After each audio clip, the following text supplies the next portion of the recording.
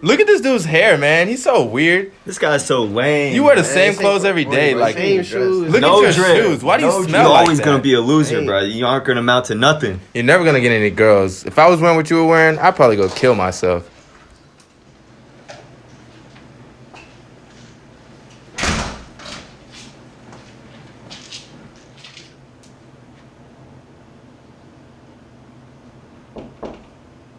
Can I come in?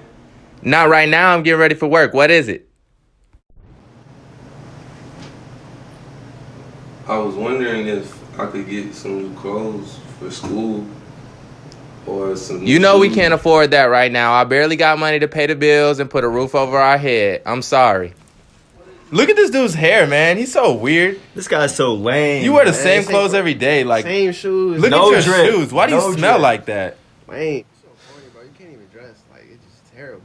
You always gonna be a loser, bro. You aren't gonna amount to nothing. You're never gonna get any girls. If I was wearing what you were wearing, I'd probably go kill myself.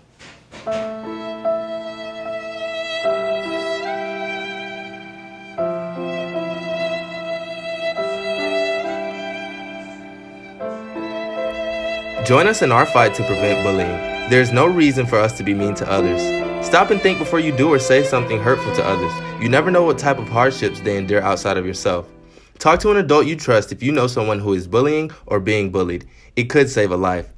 Stand up for others and let's make a change. Hey, sir. My name is Keyshawn Davis. I'll be your doctor this evening. How you doing? You prefer to go by Mr. McCullum or DeVille today? You can call me DeVille. Okay, it's nice to meet you, Mr. DeVille.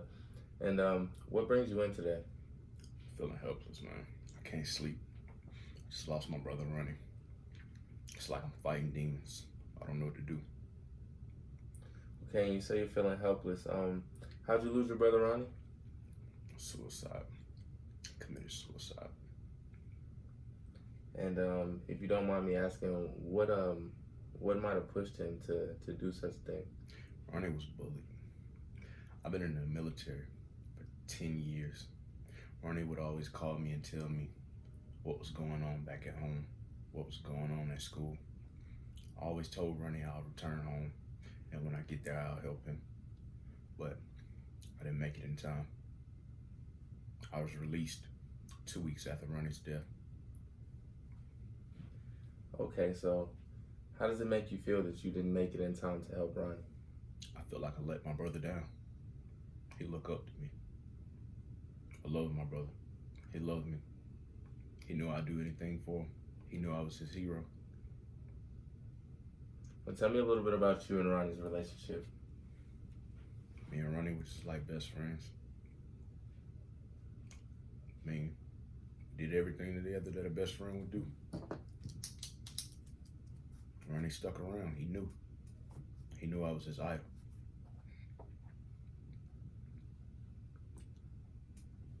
And how does it feel for you to know that Ronnie viewed you as an idol, but you just weren't there to be present in the moment to help him out as much as you would have liked to? It makes me feel like a piece of shit, honestly.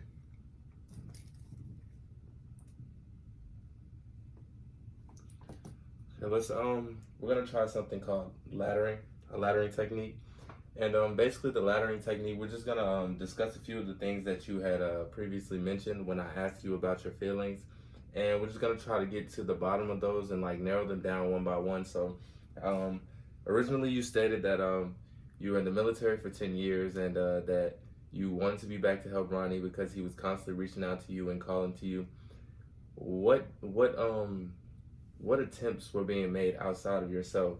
Were you calling home and letting anyone else know? Was Ronnie letting anyone else know what was going on? No one would ever answer my calls. I was the crazy one in the family, always getting into fights. But Ronnie knew. He knew I was the hero, like I said. So Ronnie called me. No one else would answer my calls. The only one I kept in touch with was Ronnie. Okay. Understandable, sir. And you also said that you felt helpless in times where Ronnie would reach out to you, and you said that you felt like excuse my language, but a piece of shit, for lack of better language, saying verbatim what you said. Um, in saying these things, what exactly made you feel like you were helpless, or feel like you were, I guess you could say, worthless instead of the words that you chose? Because if I would have got to my brother in time, this wouldn't happen. Okay. My brother committed suicide because I couldn't get to him. He knew I'd be the one to save him. He knew I'd clear all this mess up. Okay, so I just want to let you know that, I believe that you're taking on a little bit too much of the grief on your personal end, as far as you putting yourself in a position to help. Personally, I understand you feeling like you could have done more to help Ronnie, but what do you believe Ronnie would say to you right now if you were here today? What would I believe that Ronnie would say to me? If Ronnie could give you a few words today, maybe words of encouragement or anything that he could say to you today. I mean, considering the fact that I was his hero, what would you think he would say? All right, Mr. McCullum. I understand we had to take a little break because the question had gotten to you a little bit, but I don't want to put you in too much of an uncomfort zone or like make you feel like we can't finish the discussion. So I just want to ask, is it okay if I ask you the question again? Yes.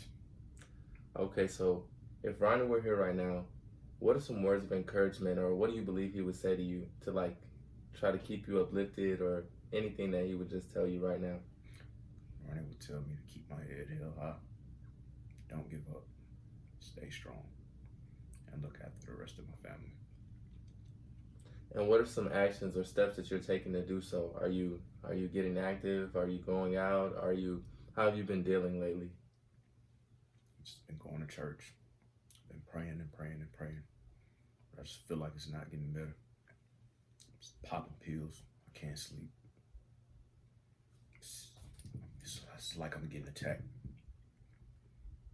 You feel attacked. And you're saying this, do you feel attacked by your own personal grief, your own personal feelings, or you feel attacked by everything that's going on around you? Everything that's going on around me.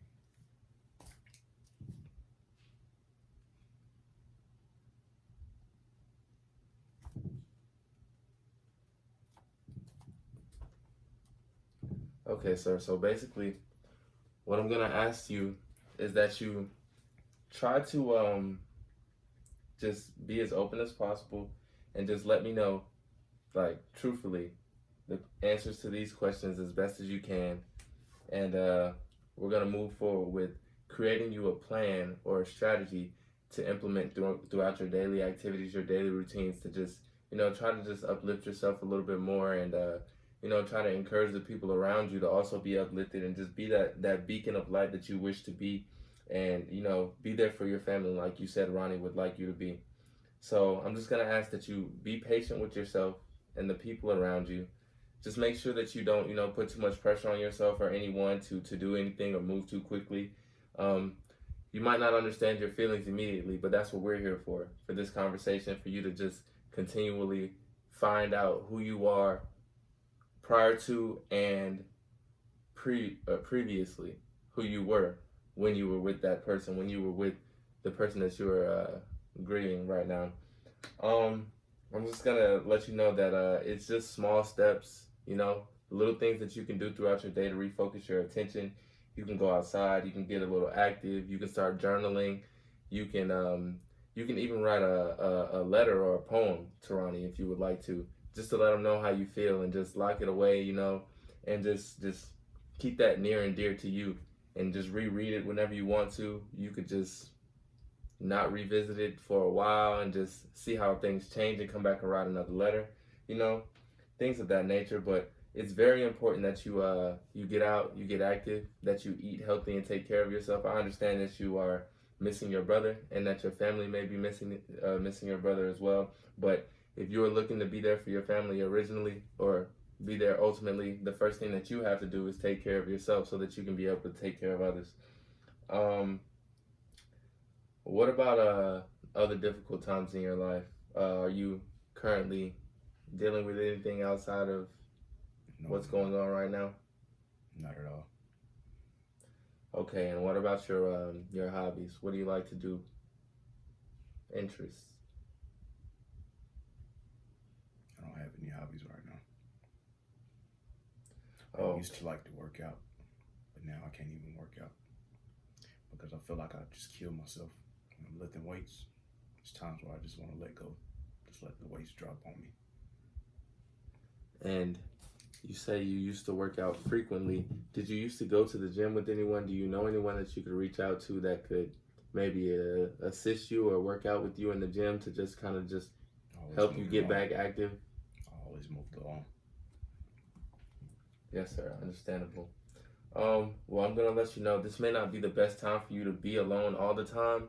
I know that might be what you used to, but this is a time where I feel like you may be able to just try to venture out a little more, see things differently, get a change of environment and a little bit of a new scenery. Simply because you let me know that where you were right now and the things that are surrounding you are not necessarily beneficial to your health, mentally, emotionally, or physically.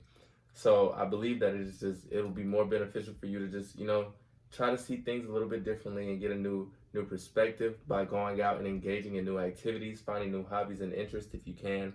Like I said, not trying to move too fast or do too much or put a lot of pressure on yourself to eliminate this grief or eradicate the grief in an immediate overnight response. It's not going to happen like that. I'm going to let you know. But like I said, you have a support system in me and your family who wants to see you do great things. And I know that you want to be great for your family and continue to encourage them in this time of grief. So I ask that you continue to reach out with me. Get back to me at any time. If you need anything, I'm a call away. I will always answer your call. A text message, if I may not be a call away, I may miss it if I'm busy, but I'll get back to you as soon as I possibly can.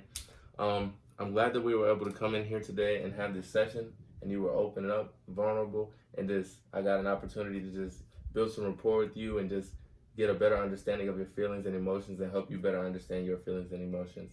I appreciate you, sir. Thank Is there anything that you would like to ask of me? Anything that you need from me? you. No, sir.